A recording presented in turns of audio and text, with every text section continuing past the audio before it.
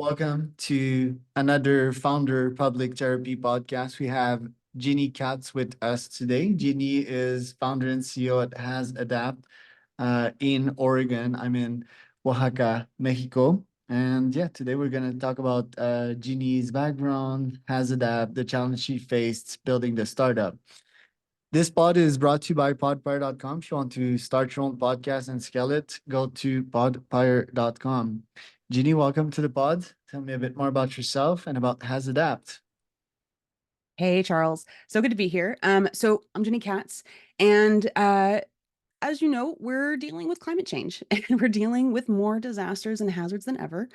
And originally, I was on the side of emergency management, and I was studying to become an emergency manager and really help people prepare and respond to big disasters. And while I was doing that back in 2017, I saw that there was a big need. We've got Facebook, we've got Instagram, but we don't really have any kind of platform to help boost community resilience. And so that started me on this massive journey of how do we create a platform to boost community resilience ethically and from the bottom up, so from the most vulnerable, then being able to help them engage with those that are there to serve. So that's what started this whole journey. And I started Has Adapt at Oregon State University with other grad students. And now we're a team of, almost 25 people across the US. And Has Adapt is now on both app stores and online. And it's a tool to help you prepare, respond, and recover from natural and man-made disasters and hazards. So, how did you get that idea? Because it's a pretty specific niche. Yeah, well, the idea came because I saw the need when I was working in that problem. And my background is all diseases, disasters, and those systems that respond. So I knew the system really, really well, and I saw that gap. And that's kind of a unique, you're right, very niche thing, but it's niche in a way that everybody uses it because everybody, will deal with a hazard at some point in their life. And so it's been something that when I talk with a Department of Homeland Security or a CDC person, they'll call it a golden hole because it's a gap that they know it needs to be addressed, but just hasn't been done yet. So, what does the app do specifically? Let's say that I find myself in the eye of the hurricane. What can the app do for me? Okay. So with hurricanes, we typically have a little bit of an advance. So more than likely, you've been alerted by the local authority, hey, hurricanes are coming. And so you're starting to think, okay, how do I get ready for this? And if you don't know what to do, you can pull up Has It App and you look at hurricane and it'll have all those instructions and resources to help you get ready. And then when the hurricane hits, it's got that immediate emergency instruction. So you'll know what to do. And if other life-threatening things happen, it has instructions for that too. And then as the hurricane's gone and everybody's getting ready to recover and recovering, it has instructions and resources there, along with, other tools like crisis support options and gamified preparedness tools.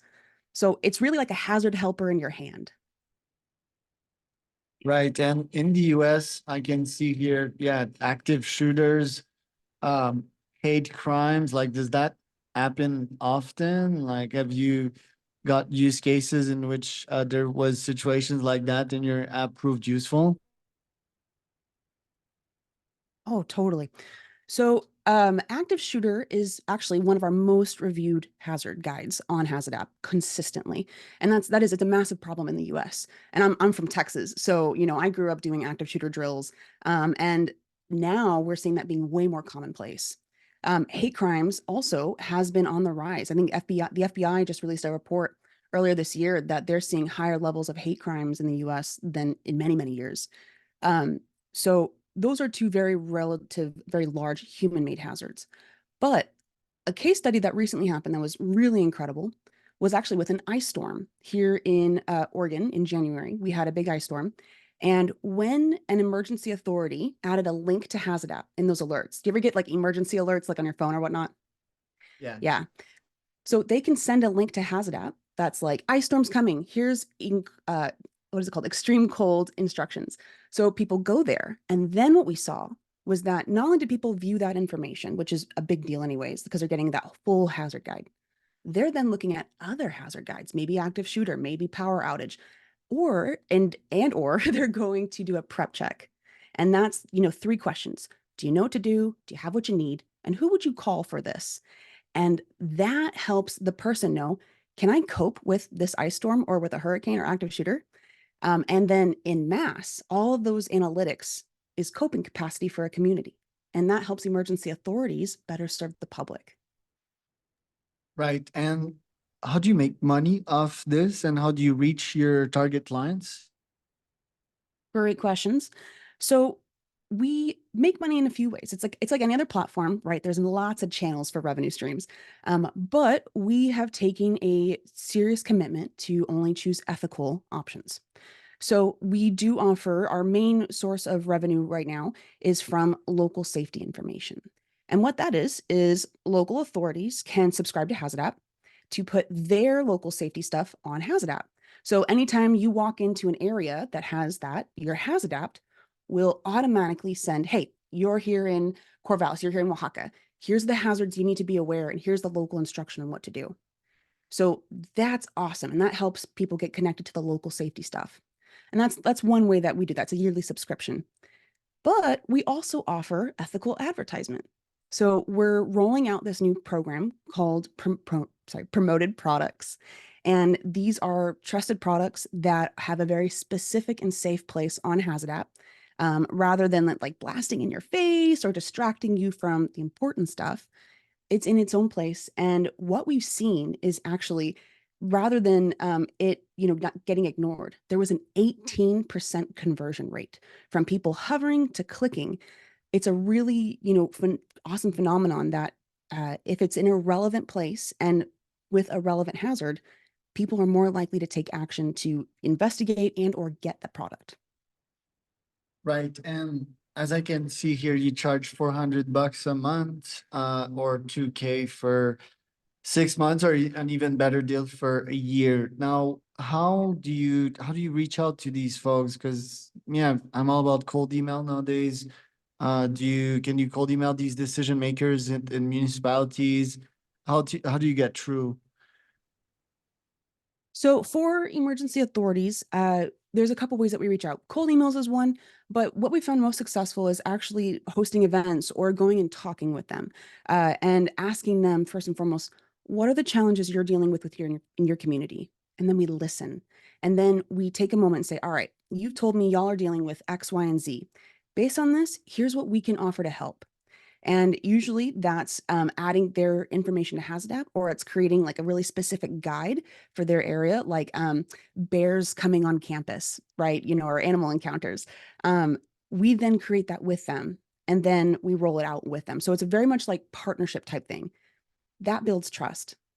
That trust lends into word of mouth. And I'm gonna tell you what, you cannot pay for better advertisement than when somebody who loves your product goes and champions it.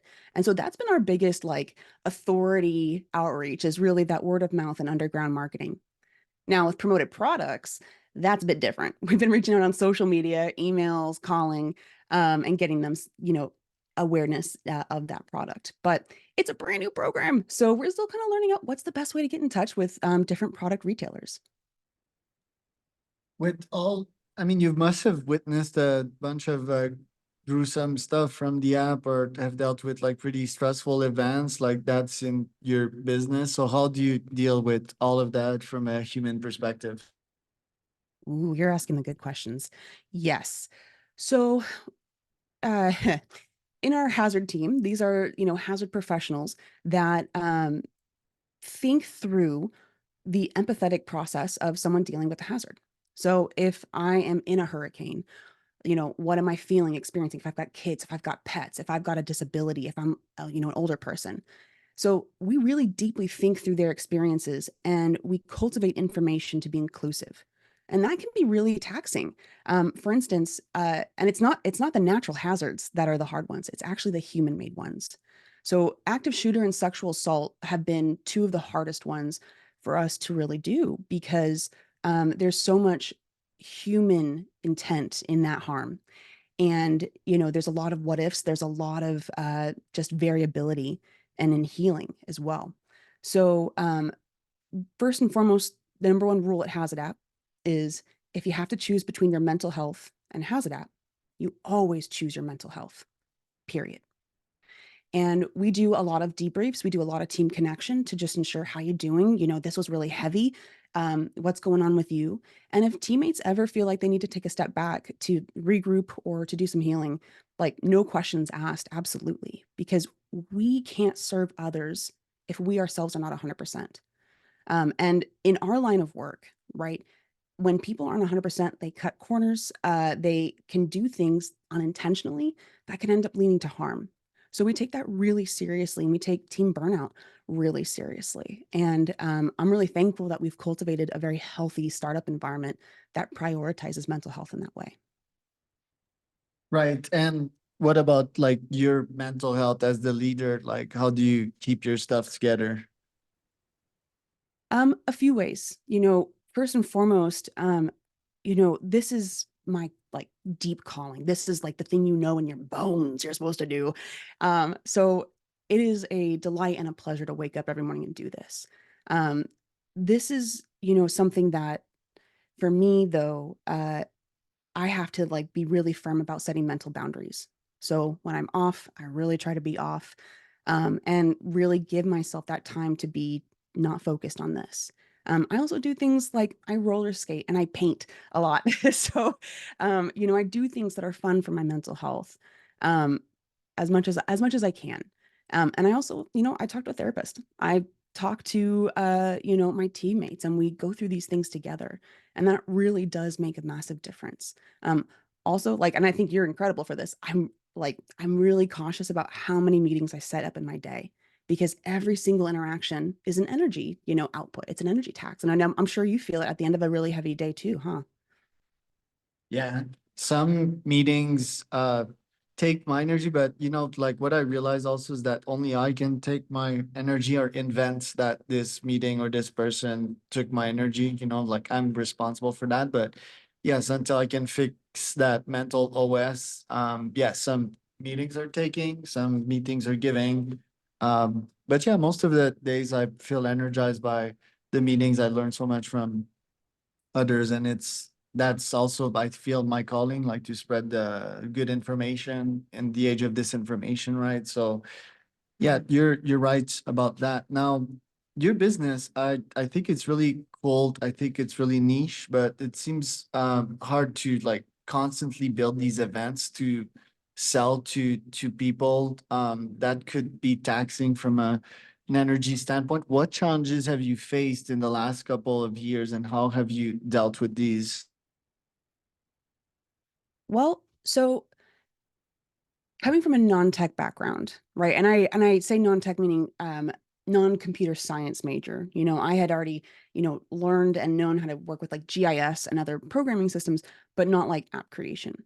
So, as someone who's not in computer science, it's very intimidating to get into computer science, right? These are brilliant people, and oh my gosh, will I be able to stand up and work with this? But, you have to have that like courage to say, all right, I'm going to try. And that was one of the challenges. The first things, once you start saying, all right, I may not be, I may not know 100% what I'm doing here, but I'm going to try and learn. And once you start getting that ball going and you're like, you know what, I'm going to get out of my comfort zone a little bit more, and a little bit more, it gets easier.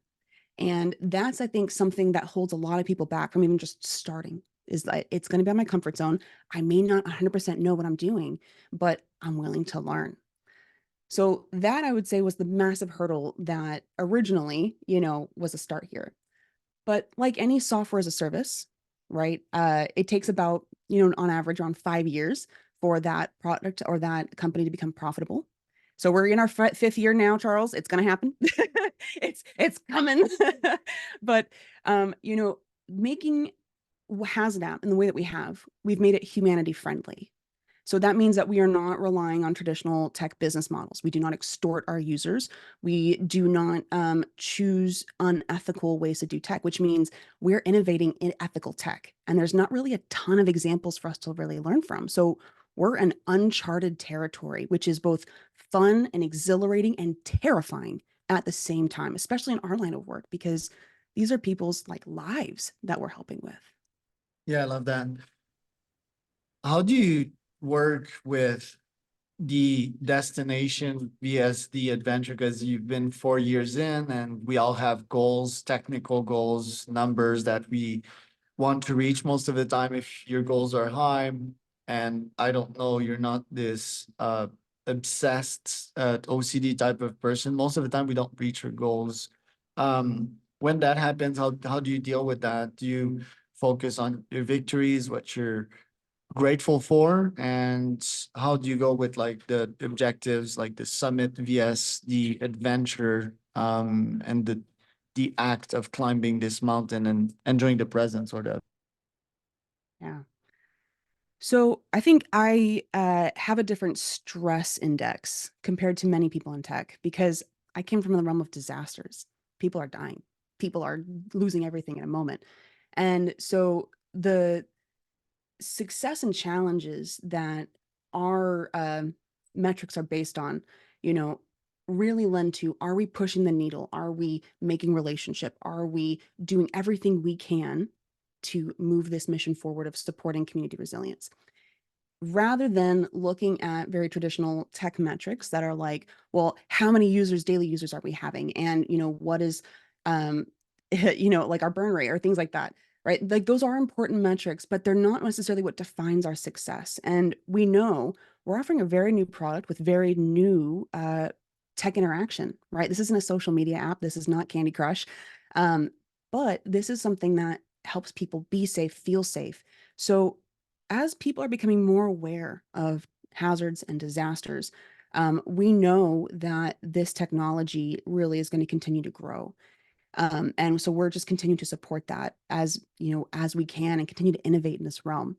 So, and I think I'm tangenting from your question, but did I answer what you were like asking? Repeat the question for me. Well, I think you are. Like the question was like the journey vs the destination. I think Mm, you're like somewhat built differently, mental wise. You've dealt with real life threatening situation. My next follow-up question on that is, yeah, like my philosophy in life, a bunch of people, they see like urgencies in pretty much everything, like, oh, we need to do this now. We need to uh, like go to the gym right now, buy these groceries today, else something's gonna happen. And they're always like stressing about small details, and everything are urgencies. What's your mental model when it comes to urgencies and dealing with them? yeah. Arbitrary deadlines are not urgent. Life is urgent. Life and death is urgent. And when we're thinking about long-term success and sustainability of a startup, if you are in a stressful realm like disasters, and your team and you are experiencing stress just even trying to attempt, you're not going to have a successful startup, right? Nobody is going to be able to work part-time on this if this is a massive stress and it's also stressful to work in. So one thing that we do that's different is we use CrypTime. Have you ever heard of CrypTime before? Yep. Okay, CrypTime is really cool. It's from the disability community, and it's a reclaiming of the word cripple. But we've adapted it in a way that, one, the entire principle is the time it takes me to do something is different from the time it takes you to do something, and that's okay.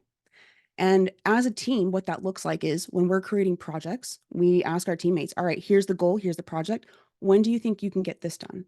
And as we continue, and we have incredibly ambitious and highly motivated teammates. So it's not like we have people like, oh, I'll get done next year. Like, no, usually people set really aggressive timelines. And in the case that something happens, maybe sick kid, a disaster happening outside, right? Like we're in the apocalypse, my friend. So we got to be flexible for that. If they tell us, hey, something's happening, I need to take a step back or I need to like adjust the timeline, we work with them. And as a team, we come together and say, all right, what can we take off your plate? How can we help right now? And we don't necessarily like, do the route of, well, if you're going to miss the timeline, then everything's ruined. And like we put a ton of stress on that person. That's not healthy. That's not conducive to good teammates. So Crip time has been a very valuable um, time mental model for us at HazAdapt. And it's honestly, I think been one of our major factors in why our team does not get burnt out. I'm actually like, that's one of the most proud things that I have is like the team that we've built and then this really healthy startup culture. How did you apply that to COVID? Yeah. So in the same way that when we were building, um, you know, one, we met as a team continuously, right, virtually, and talked about what we were experiencing. And then, as teammates are honest, hey, you know what, I'm, home, my parents are sick and I'm really worried about this. We gave them spaces they needed or gave them support as they needed. And what we found was people are really motivated to contribute to something that they're all experiencing or one of their friends is experiencing. And during COVID, actually, we as a startup helped build a local COVID response collective that ended up being this like massive Discord all over the Pacific Northwest with thousands of people on there. And we were helping resources, go to different places and helping people that didn't have anything. And what we see in disaster and stressful moments is that people are going to recover better and sooner if they feel like I have a productive way to channel this energy because they're feeling sad, they're feeling scared, they're feeling uncertain. And if you can help them find a purpose to apply that energy and to feel like they're doing something and to do something, it makes a massive difference in their ability to continue to contribute. Love that. Well, Jeannie, thank you for today. Where can people find out more about you? Come check us out, www.hazardapp.com. Also, our web app.hazardapp.com is that hazard helper in your hand. We're on both app stores, and we're always looking to collab. So, if you're in the disaster realm, if you're in the tech realm, hit us up. We're always willing to talk with others and learn and grow.